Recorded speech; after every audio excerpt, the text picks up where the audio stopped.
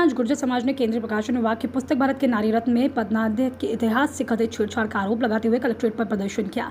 बड़ी संख्या में समाज के लोगों ने जिला कलेक्टर के माध्यम से राष्ट्रपति के नाम ज्ञापन सौंपकर पुस्तक में संशोधन की मांग की। गुर्जर समाज के बैनर तले एकत्रित प्रदर्शनकारियों ने आरोप लगाया कि पुस्तक में पन्नाध्याय की ऐतिहासिक पहचान जात का गलत उल्लेख किया गया है। समाज का कहना है पन्नाध्याय की मूल ऐतिहासिक पहचान गुर्जर समाज से जुड़ी रही है। पुस्तक में उन्हें खींची राजपूत वंश की छत्राड़ी बताया गया है। साथ ही उनके पुत्र का नाम चंदन के स्थान पर बप्पा प्रकाशित किए जाने पर भी स्थान ने आपत्ति जताई।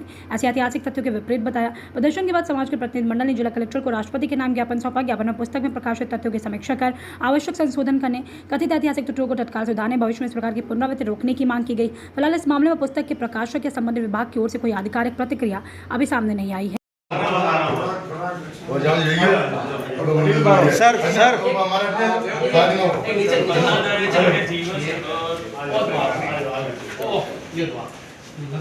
किसने लिखे भारत के नारी रत्न? ये नाम है संपादक है श्री जी सर, ये किताब भी है उसकी।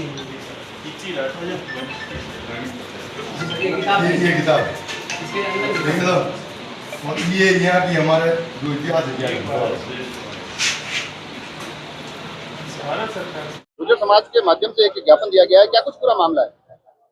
मैं सबसे पहले आपके चैनल को बहुत बहुत आभार व्यक्त करता हूं कि आपने जब सुबह से हमारे गुर्जर समाज के जो युवा साथी और हमारा समाज एकत्रित हो रहा था तो आपने पूरी कवरेज दी, और आपकी इस कवरेज से मुझे पूर्ण विश्वास है कि जो गुर्जर माँ पन्नाधाय जिसको राष्ट्रमाता कहा जाता है, उस राष्ट्रमाता को एक खींची बताकर इतिहास से जो छेड़छाड़ की जा रही है उसके संदर्भ में गुर्जर समाज के एक आह्वान पर पूरे राजसमंद जिले के कोने कोने से गुर्जर समाज के युवा साथी गुर्जर पंच पटेल इकट्ठा हुए और हमने माननीय राष्ट्रपति महोदय के नाम पे श्रीमान जिलाधीश को एक ज्ञापन प्रेषित किया है, और उसमें इतिहास के सबूतों के आधार पर मां पन्नाधाय कमेरी की बहू थी और पांडोली जिसका जन्म स्थान है, और जो इतिहास 10वीं की पुस्तिका में और विभिन्न इतिहास के दस्तावेजों के साथ में ज्ञापन सौंपा है।